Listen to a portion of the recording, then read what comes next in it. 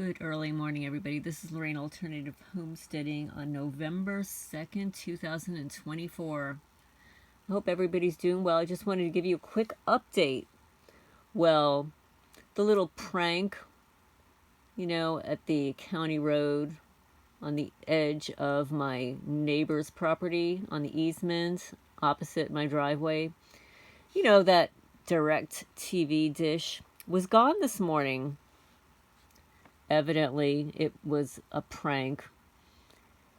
But anyway, either way, it wasn't a funny prank, and I took it as a threat, and I've got lots of photos of it, and I'm just adding it to my evidence pile, and I appreciate everybody that contacted me about it, because what I did was I sent it around to a list of 160 names on my targeted friends list.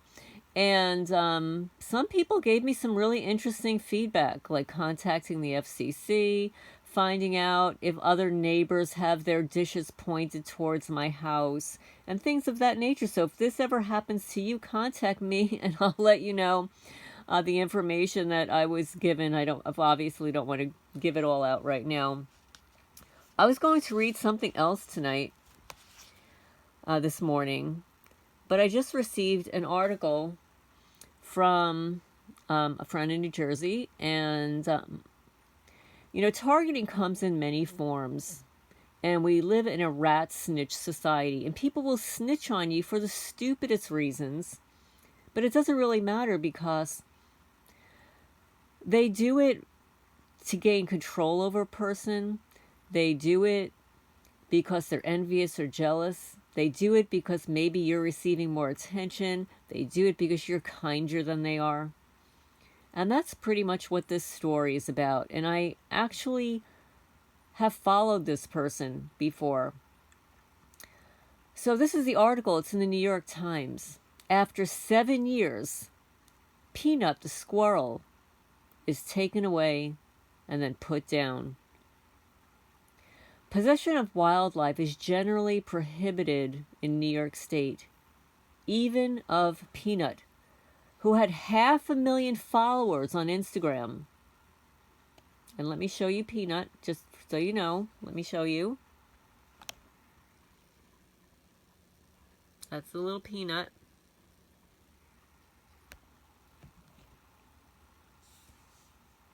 Let me just scroll down here. This is published October 31, 2024. And it was updated November 1, 2024 by Victor Mather and Jesus Jimenez. Peanut, a pet squirrel with a popular Instagram page, was seized by state government officials on Wednesday in Pine City, New York, and later euthanized to test for rabies. And for the record, for anybody that doesn't know this, the only way they can test for rabies is by unaliving the animal and doing some unthinkable things. So that's the only way they can determine through tests. But obviously, if an animal is rabid, you can see it. A rabid animal is not going to be able to live inside somebody's home for 7 years. Okay? So anyway, let's move forward here before I get really pissed off about this. So Peanut, a pet squirrel with a popular Instagram page, was seized by state government officials on Wednesday in Pine City, New York, and later euthanized to test for rabies. Like they have nothing effing better to do with taxpayer money. A raccoon, also taken from the same house, was euthanized as well, the state authorities said on Friday.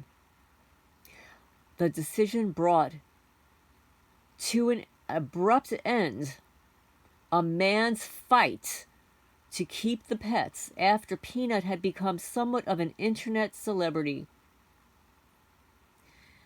In a statement on Friday, the New York State Department of Environmental Conservation, they're doing a good job conserving, huh? Said that the squirrel was euthanized to test for rabies after it bit someone, quote unquote, involved with the investigation. Oh, right. The raccoon was also euthanized to test for rabies, the department said. And like I said, the only way they can do it is by unaliving the animals. Mark Longo, 34, found Peanut 7 years ago in New York City. His mom was hit by a car as he was walking into a busy street in downtown Manhattan. Mr. Longo said in an interview, "He ended up crawling up my leg." Could you imagine? Little mama squirrel walking along with her little teeny baby, and just like the movie, wham, gets hit by a car and leaves her little baby there. And little baby scared to death, and Mr. Longo just happened to be in the right place at the right time and saved that little baby squirrel.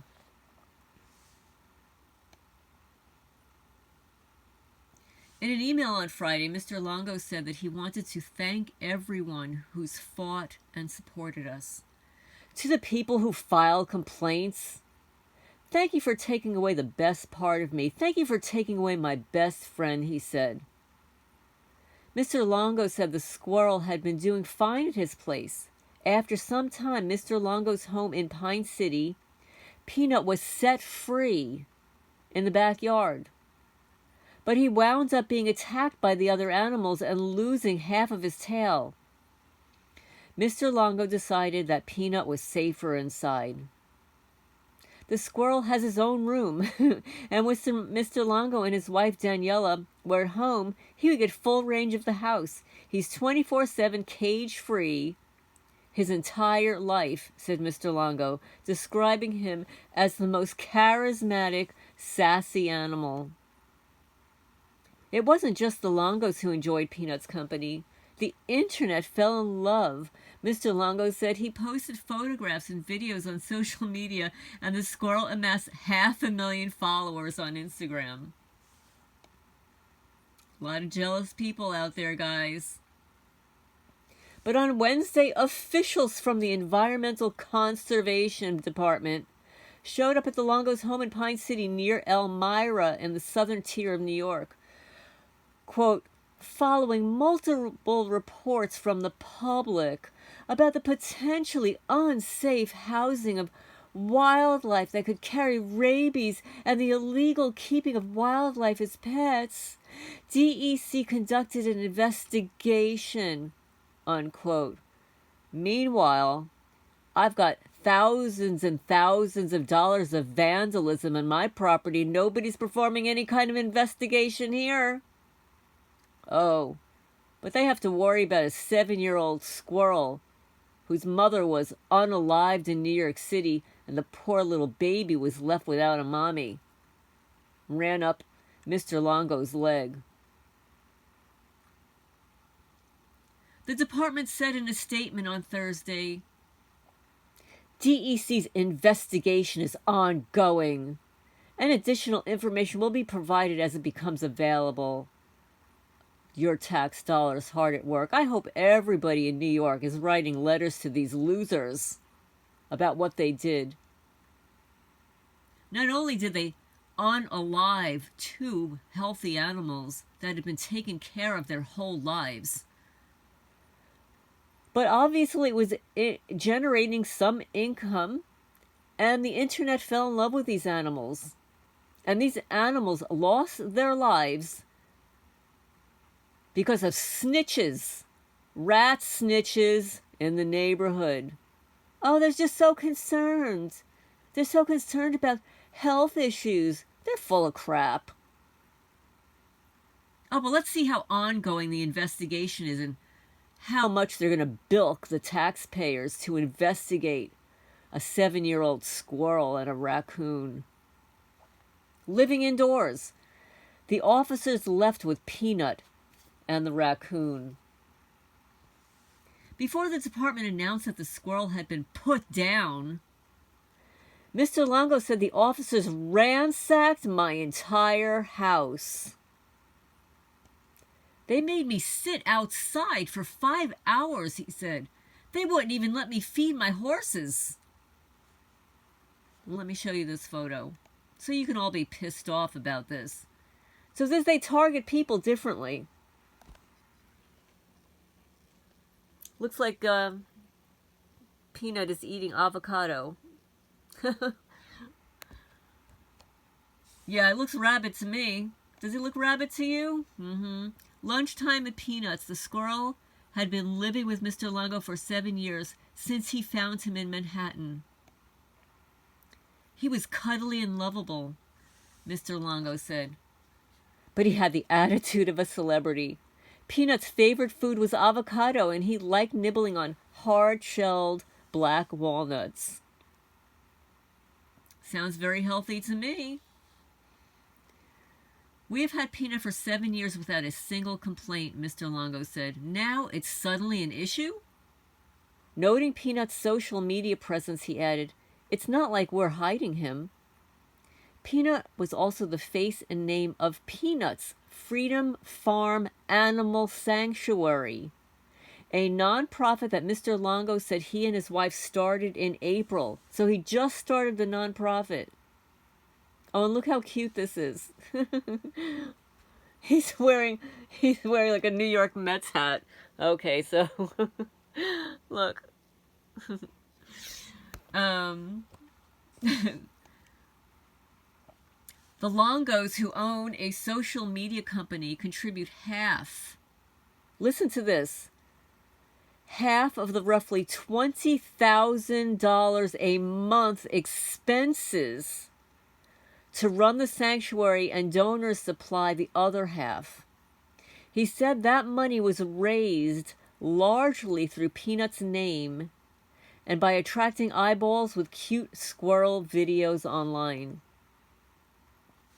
We've rescued over 300 animals in our sanctuary already, Mr. Longo said. Cats, dogs, horses, goats, sheep, donkeys, and pigs. But Mr. Longo fears fundraising will become more difficult without a star attraction. I don't know how I will make it without Peanut. The incident is reminiscent of one in Massachusetts earlier this month, when Neeby the beaver, who lived at a wildlife rescue, was threatened with seizure. Ultimately, Governor Maura Healey of Massachusetts stepped in and Neeby was allowed to stay. Mr. Longo said he was holding out hope. There are opportunities to file to get him back. We are people who follow the rules. On Instagram, he wrote, for the last 7 years, Peanut has been my best friend. He's been the center of my world in many hours for so long. I don't know how to process this emotionally.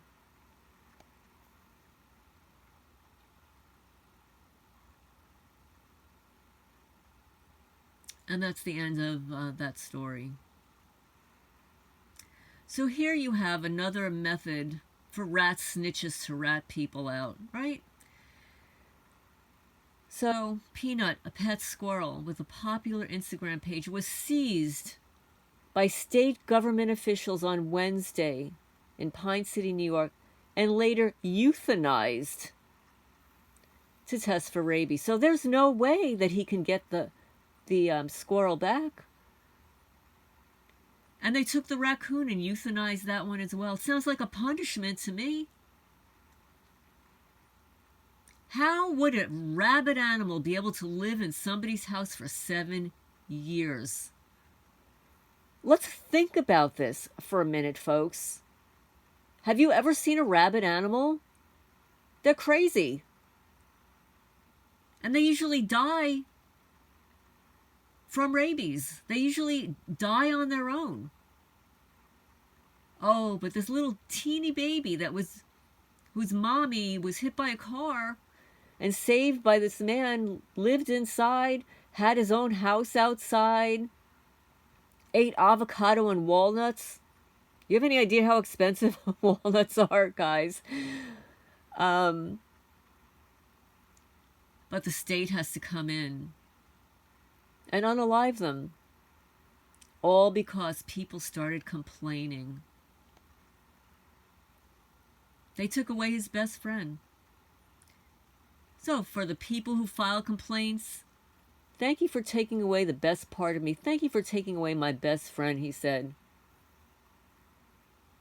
And yeah, like the people around here that file complaints, oh, she's burning leaves in her fire pit.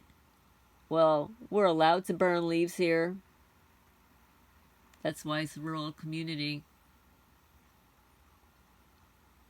Oh, she threw trash in the county road. I can't drive by.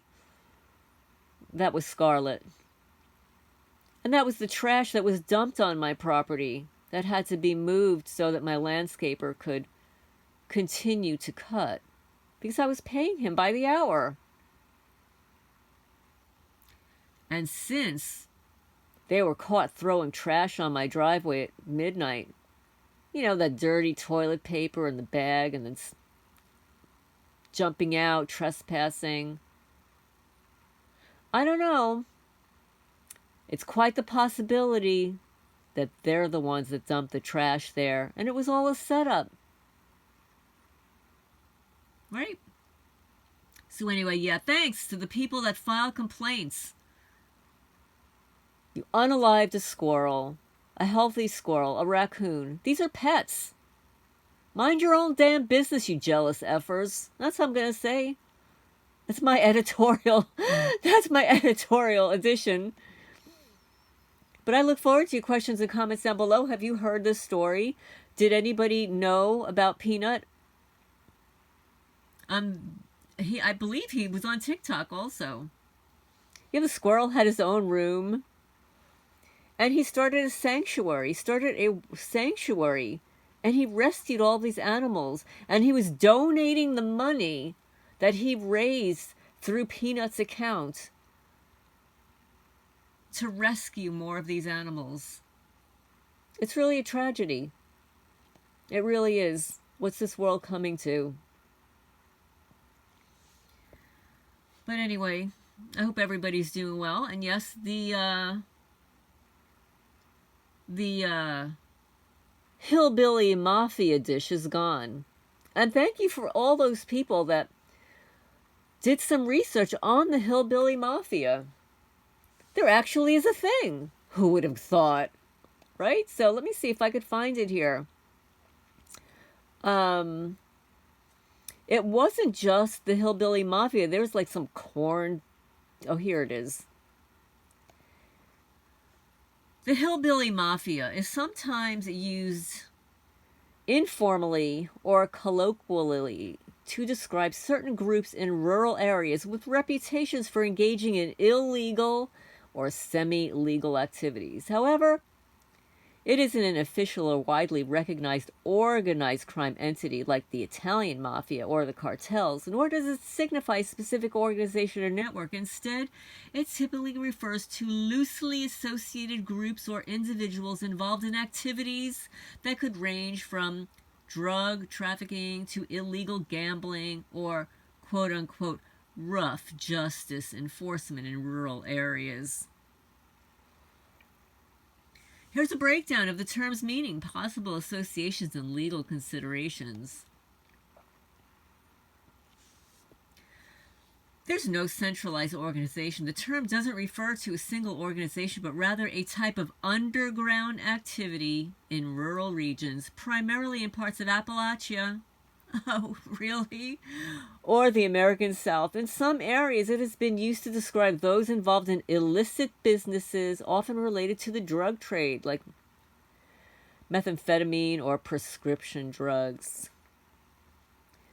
Community control or vigilantism. In certain places, people might refer to neighborhood groups that handle disputes, enforce rules, like their own rules, or respond to perceived injustices as a mafia or a mob.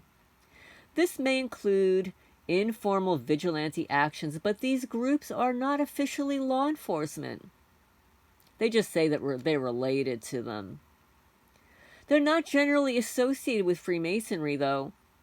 They have a historical roots in many communities, but there's no link between Freemasonry and any hillbilly mafia group. Well, that's what they're saying. That's what AI told me.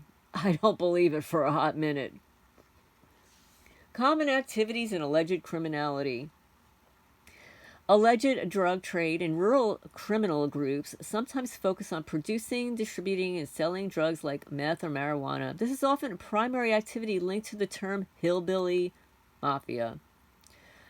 Theft, poaching, and illegal enterprises. There are other crimes that might be associated with this label, including illegal hunting, poaching, unlicensed alcohol sales, or fencing stolen goods. Oh, you mean like the ones that are stolen from my house? Community enforcers. In some cases, local groups may try to impose their own rules in the absence of or in response to limited law enforcement presence in rural areas. There are challenges in identification and prosecution. To identify suspected members, you have to collect credible evidence. It can be challenging. Well, not around here. They just give themselves away every day. I mean, there are people that I don't see, obviously, like the ones that are coming and going from my house. Those are higher ranking people. Focus on gathering any observable patterns, specific license plates, locations, behaviors, and other observable details without putting yourself at risk. Document the incidents and evidence. Keep a record of incidents, threats, or illegal activities that you've observed. Written notes, photos, recordings can be helpful, provided they're obtained legally and ethically. Then there's law enforcement collaboration. If you suspect criminal activities in your area, come on, AI, you can do better than this. I'll read what AI said. If you suspect criminal activities in your area, contact local law enforcement. In some cases, they may have knowledge of local activities, but lack first-hand reports to act on. I'm going to choke. I think, no. AI, we have to have a talk. I need to write you back about what you just wrote here. We have to have a talk about this. Seek out local authorities or legal support. Oh, yeah. Working with a lawyer. Oh, yeah, like our county lawyer. Yeah, who understands the local context, can guide you through reporting processes and ensure you know your rights. Yeah. Let's move on. Engaging law enforcement for prosecution. Oh, come on, AI. Oh my goodness, we need to update your protocol here. It says to report criminal activity anonymously. You can't do that because when you call, your number comes up on caller ID, and generally, if you block your number, they might not even take your call. Most areas offer anonymous tip lines where you can safely report illegal activities. Providing information to authorities without directly identifying yourself can help protect your privacy. Oh, yeah. We've got under 800 people here. Oh, come on. Gathering sufficient evidence. Law enforcement requires substantial evidence. Oh, yeah. I've provided more evidence out of the kazoo. To investigate a group or formally. If authorities are unresponsive, and they are, consulting with local, state, or even federal law enforcement, such as my favorite Bureau of Investigation, might be appropriate, especially if there's organized crime. Oh my goodness. They need to update this AI software. Pursuing civil action. If these activities impact you personally, like trespassing, property damage, you might consider legal action to protect your property or seek restitution through civil cases. Those civil cases can be more complex. So the term Hillbilly Mafia carries a lot of cultural weight, but doesn't specify an official criminal organization. To take action safely and effectively, gathering verifiable information and collaborating with local law enforcement can be prudent steps. I'm going to scratch that last sentence. For the targeted people out there, no.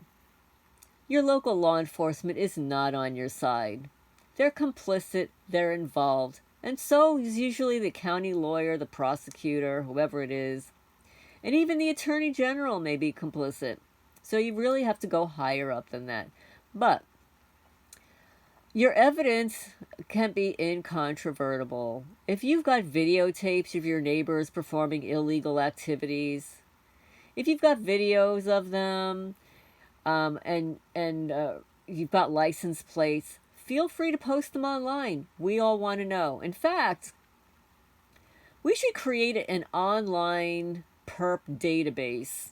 I think we should all anonymously or per state list all of the license plates, the photos of all the criminals that hate on us, the videos. We should have a central reporting for perp per state. What do you think? Would not know how to do something like that or how to organize it, but maybe all you tech savvy people out there. I mean, come on. They've got online databases in every city for the pedos, right? They've got that. I mean, my favorite beer of instigation has one for the domestic teas, but you and I are not on their list there. No, we're on the secret list. If you go to their website, you see who the real ones are. Yeah, there are about half a dozen of them. Meanwhile, according to the ACLU, Trapped in a Black Box, Growing Terrorism Watch Listing and Everyday Policing in 2016, there were more than 900,000 people on those lists. But there are only about half a dozen photos posted on their website.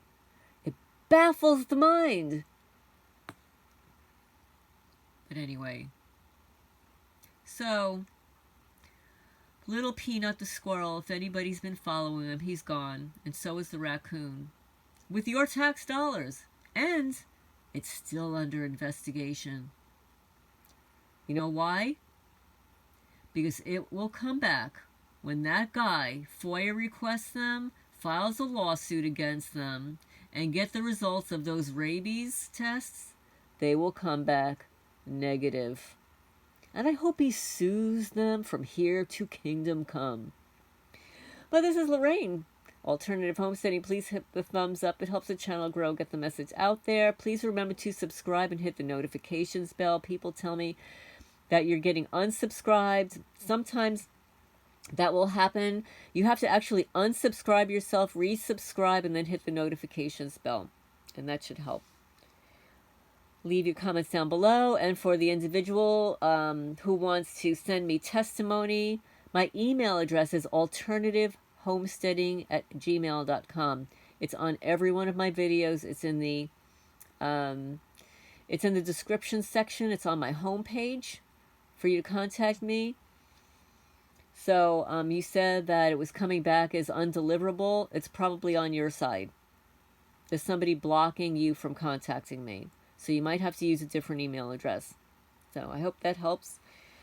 And please get the message out there and share if you feel inclined to do so. And if you live in New York State and you're inclined to contact these stupid wildlife people, do so.